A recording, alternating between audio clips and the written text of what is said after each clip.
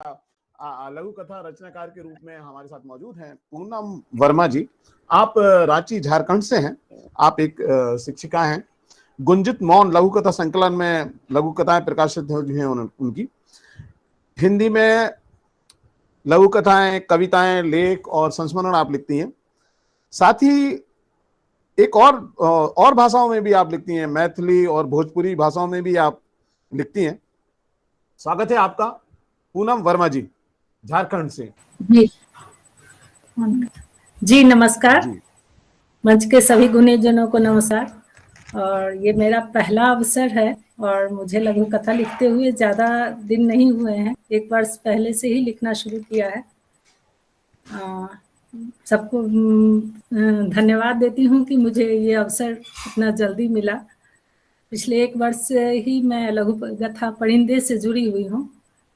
मैं अपनी लघु कथा सुनाती हूँ। लघु कथा का शीर्षक है रूम हीटर। आज जयंती आंटी की 13वीं थी। शैयादान की तैयारी चल रही थी। भरा पूरा परिवार था, इसलिए परिवार के सभी सदस्यों ने उनकी हर जरूरत और पसंद का ध्यान रखते हुए दान के लिए साजो सामान मंगवाया था।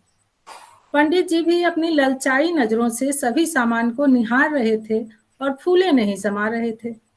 वहीं बैठे दिनेश अंकल अपनी पत्नी को दिए जा रहे अंतिम उपहारों को ध्यान से देख रहे थे। तभी उनकी नजर दान के सामान से भरे पलंग पर रखे रूम हीटर पर पड़ी, जिसे उनके छोटे बेटे सुनील ने लाकर रखा था। वे अचानक उठ खड़े हुए और आगे बढ़ते हुए कहा, ये रूम हीटर मुझे दे दो। सभी चौंक गए। बेटे सुनील ने आगे बढ़कर कहा, पापा ये तो माँ के लिए है।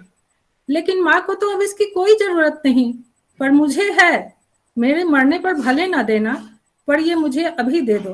कहते हुए अंकल छोटे बच्चे की तरह जिद करने लगे। धन्यवाद।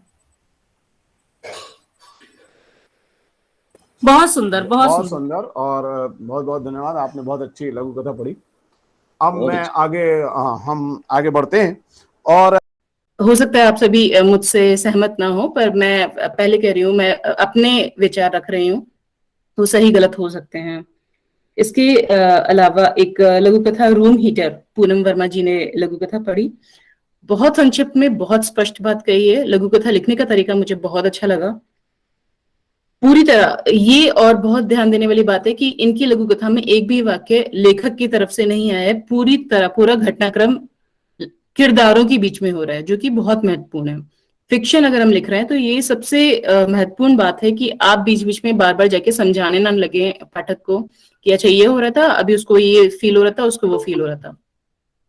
ज्यादा जरूरी नहीं है वो सब कहना। किरदार अपना अपना अभिनय कह सकते हैं, या अपना अपना जो किरदार है वो निभाते रहें, और पूरा जो निचोड़ है वो आपकी बात कहे, जो लेखक कहना चाह रहा है। ये उस लघु कथा पर पूरी तरह से सही लघु कथा सही तरह से लिखी गई है, पूरी तरह से किरदारों पर आधारित है। वृद्ध विमर्श लिखा जाना चाहिए, महत्वपूर्ण है, लेकिन शीर्षक पर विचार किया जा सकता है। आपने शीर्षक रूम हीटर दिया है, उसके बाद लघु कथा में भी वही बात आ रही है। शीर्षक कुछ ऐसा हो सकता था जैसे उपहार, हट, कर्मकांड, इस तरह का कोई भी। और आपने पाठ बहुत शानदार किया है। सारे जो भाव थे जो लघु कथा में, वो स्पष्ट रूप से आपके जब आपने पाठ किया वो पूरी तरह से श्रोता समझ और एब्जॉर्ब कर पा रहा था। तो बहुत अच्छे से आपने पाठ किया, उसका भी मैं आपकी तारीफ करना चाहूंगी। अगली लघु कथा जो डॉक्टर सुरभि सिंह जी, पूनम वर्मा जी की लघु कथा रूम हीटर संवेदनाओं की एक लंबी यात्रा करके जीवन के एक अहम मुकाम पर पहुंचे हुए उस व्यक्ति की मनोदशा दर्शाती है, जहां तक जाने के बाद शायद हम सभी कुछ कुछ वैसे ही हो जाएंगे। डॉक्टर पूनम वर्मा जी की जो लघु कथा है रूम हीटर, मुझे सबसे बहुत अच्छी लगी है। बोले अब उनको जरूरत नहीं है रूम हीटर। ये बात अलग है कि नामकरण पर एक प्रश्न तो उठाए हैं उन्होंने, समीक्षक महोदय ने, लेकिन ये बात है कि वो कहानी रूम हीटर बहुत लघु कथा बहुत अच्छी, मुझे प्रभावित हुआ हूँ। एक लघु कथा और है माँ।